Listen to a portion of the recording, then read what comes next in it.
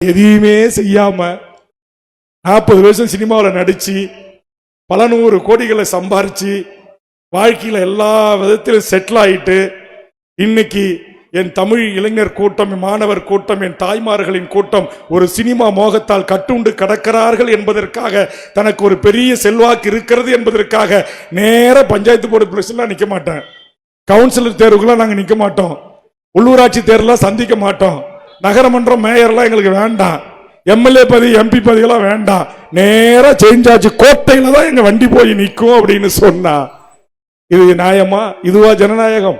கட்டி பிடிச்சிட்டு டான்ஸ் ஆடுறது. இன்னைக்கு சினிமாவில் எழுதுற பாடல்கள் என்ன பாடல்களுங்க? நீ ரெடியா நான் ரெடி, உட்டாலக்கடி செவுத்த தோலை தான் உள்ளே தெரியுது ஏதோ ஒண்ணுதான். கட்டில்கள் எதுக்கு, கற்பூரங்கள் எதுக்கு, சாமிக்கு தான். கட்டில்கள் எதுக்கு, சாதிக்கத்தான்.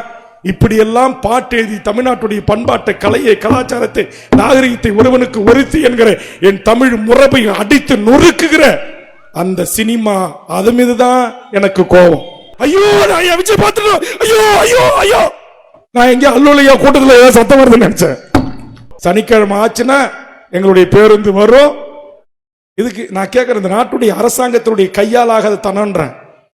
எப்படி நீங்க இந்த நாட்டுடைய பெரிய நேர்மையான நீதிபதிகளை என்ன பண்ணிட்டு இருக்கிறீங்க? என்ன தமிழ்நாட்டு பொதுமக்களுக்கு, பல லட்சக்கணக்கான மக்களுக்கு போக்குவரத்து இடைஞ்சலை ஏற்படுத்துவதற்கு எப்படி நீங்க ரோட் ஷோவை அனுமதிக்கிறீங்க? அமிர்தா பச்சனை விட உலகத்தில் இந்தியாவில் மிகப்பெரிய நடிகனா, மம்முட்டியை விட மிகச்சிறந்த நடிகனா? உன் தெருவுக்கு குடிக்க தண்ணி கொடுத்தானா, ரோடு போட்டானா, பள்ளிக்கூடம் கட்டினானா, பால்வாடி கட்டி கொடுத்தானா, உயர்நிலை பள்ளி கொடுத்தானா, கலைக்கல்லூரி கொடுத்தானா, பொறியியல் கல்லூரி கொடுத்தானா, இன்ஜினியரிங் கல்லூரி கொடுத்தானா, மெடிக்கல் காலேஜ் கொடுத்தானா? இந்த நடிகர்கள் ஒரு சினிமாவில் ஒரு நடிக்கிறாங்கன்னா போங்க, கதை அம்சம் நல்லா இருக்குமா, கைத்தட்டமா, விசில் அடிச்சோமா, ரசிச்சுட்டு வந்துடணும். ஆனா இங்க இருக்கிற என் தமிழ்நாட்டு பெண்கள், இன்னைக்கு குறிப்பா அந்த பெண் பிள்ளைகள் செய்யற அநியாயம் தாங்கவே முடியலங்க. ரொம்ப கேவலமான நடை, உடை, ஆட்டம், பாட்டம், கொண்டாட்டம், பேச்சுக்கள், தொலைக்காட்சி மைக்கை நீட்டி பேசும்போது என்ன வார்த்தையை சொல்றோன்னு சொன்ன பின்விளைவுகள் என்ன அப்படின்னு தெரியல. தமிழ்நாட்டு மக்களுடைய அறியாமையை பயன்படுத்தி கொண்டு ஆட்சி அதிகாரத்தை கைப்பற்றி என்ன செய்ய போறீங்க? அப்படி என்ன செஞ்சிருவீங்க?